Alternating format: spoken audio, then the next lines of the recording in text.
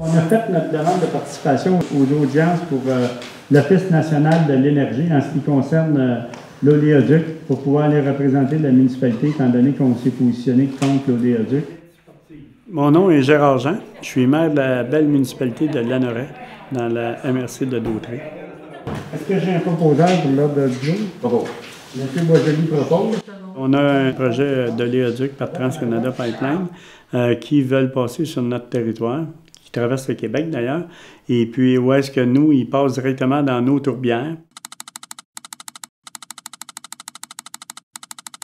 S'il y avait un déversement, on sait que ça viendrait polluer toute notre eau potable, autant pour nos citoyens que nos cultivateurs. Puis de plus, on a un vieux dépotoir qui est enfoui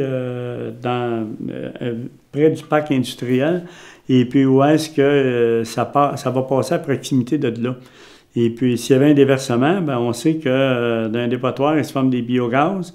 Et puis s'il fallait que du pétrole s'infiltre là-dedans, ou qu'on doit intervenir pour nettoyer ou quoi que ce soit, bien, de tout aller brasser ça, je ne suis pas certain que ce serait une bonne idée, parce que je ne suis pas sûr que c'est un bon mélange du pétrole lourd avec des biogaz. On a eu des rencontres avec TransCanada, et puis en fin de compte, c'est que les gens, ils ne veulent pas rencontrer les citoyens de façon collective, pour que les citoyens puissent poser leurs questions de façon collective et avoir des réponses collectives. Puis ce que je me suis fait dire à ce moment-là par un dirigeant de TransCanada, c'est qu'ils ne veulent pas rencontrer les citoyens collectivement parce que ce qui arrive, c'est qu'il dit c'est les verts qui se ramassent là, puis à un moment donné, bien, ça vient tout foutre le bordel, parce que là, ça vient susciter la peur parmi les gens. Puis, écoutez, c'est une belle qualité de citoyens qui protègent l'environnement. Parce que dans le fond, il ne faut pas oublier que tous les mouvements de contestation, ça commence jamais par la masse. Hein? Puis c'est évident que ça commence par des petits groupes qui viennent allumer le reste de la population. Puis je pense qu'on se doit d'être à l'écoute de ça. Parce que dans le fond, c'est ça qui nous fait évoluer, là, en quelque part.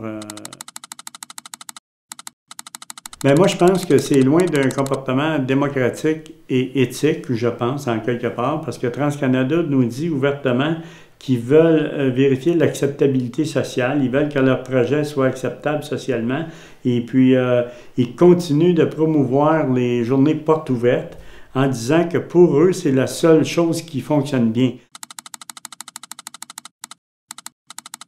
Une journée porte ouverte, c'est qu'ils viennent dans le local. Là, ils ont beaucoup de personnel. Puis quand les gens viennent s'informer, bien là, je veux dire, ils sont au moins du 1 pour 1. Là. Un membre de TransCanada pour un citoyen. Et puis, c'est même très difficile d'aborder à 2, 3 ou 4 citoyens pour avoir des questions ensemble parce que c'est comme si on voulait maîtriser, je veux dire, l'information. C'est carrément l'impression que les citoyens ont. Puis je dois vous dire que moi-même, je suis allé à 2 rencontres portes ouvertes comme ça, puis c'est vraiment mon impression aussi, puis je l'ai aussi mentionné aux dirigeants de TransCanada. Puis lorsqu'ils ont fait la journée porte ouverte ici à Lanoret, on a un groupe de citoyens qui est entré à l'intérieur. Ils ont demandé une rencontre collective. Puis en fin de compte, ça a fait un petit peu, ça a brassé un petit peu à l'intérieur. Et puis là, les dirigeants de TransCanada sont sortis dans le stationnement. Puis je me souviens, c'était pas très chaud, là. Puis à un moment donné, on s'est ramassé, je pense, une 50aine de citoyens qui étaient là à l'extérieur. Puis malgré qu'il y a des citoyens encore qui leur disaient qu'ils voulaient des rencontres collectives, encore là, ils continuaient à dire, écoutez, nous autres, on a vérifié, puis c'est d'après nos informations, c'est les journées portes ouvertes qui fonctionnent le mieux. Même que je lui ai mentionné à ce monsieur-là, qui est M. John, que je ne me souviens plus de son deuxième nom, je disais, écoutez, ça fait longtemps qu'on vous en parle, que les gens veulent être rencontrés de façon collective. Là, les gens vous le demandent, ils vous le disent ce qu'ils veulent, puis vous continuez à maintenir que c'est des journées portes ouvertes qui fonctionnent le mieux. Donc, comment voulez-vous qu'on ait confiance en ce que vous nous dites lorsque vous ne voulez pas vraiment écouter la population, puis vous continuez à dire que c'est les journées portes ouvertes qui fonctionnent, quand eux, ils vous disent, là, ils vous le disent ici même présentement, qu'ils veulent des rencontres de façon collective pour avoir des réponses collectives. D'ailleurs, moi, j'encourage les gens à continuer à se soulever parce que des fois, on a l'impression qu'au niveau d'un palier de gouvernement supérieur, c'est que ce qui est écouté, c'est les lobbyistes et puis tout ça qui viennent des entreprises où est-ce qu'ils ont des milliards puis tout ça. Puis aussi que c'est évident qu'ils peuvent se payer des personnes pour mieux exprimer la position que le simple citoyen. Parce que pour le simple citoyen, c'est pas évident d'exprimer sa position contre une machine qui est aussi grosse, puis d'être écouté en bout de ligne. Puis je pense que nous, notre job au niveau municipal, c'est vraiment de les écouter pour transmettre leur message. Puis vous savez, il y a un article dans la loi qui dit que les entreprises ont préséance sur les propriétaires. Donc, ça vient démontrer un peu que la démocratie, ça vaut ce que ça vaut, là.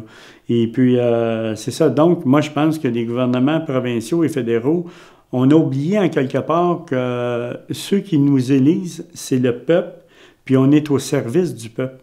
Puis je pense qu'il faudrait qu'on s'assoie à un moment donné et qu'on réfléchisse à ça, parce que c'est la population, dans le fond, qui a besoin de notre support. C'est eux autres qui sont vulnérables face à ces grandes entreprises-là. Le 11 avril, il va y avoir une marche à Québec, où est-ce que tous les premiers ministres des provinces canadiennes vont être réunis. Puis ça va parler là, justement d'environnement, puis de gaz à effet de serre, et puis ainsi de suite. Puis je pense que c'est important que la population se mobilise.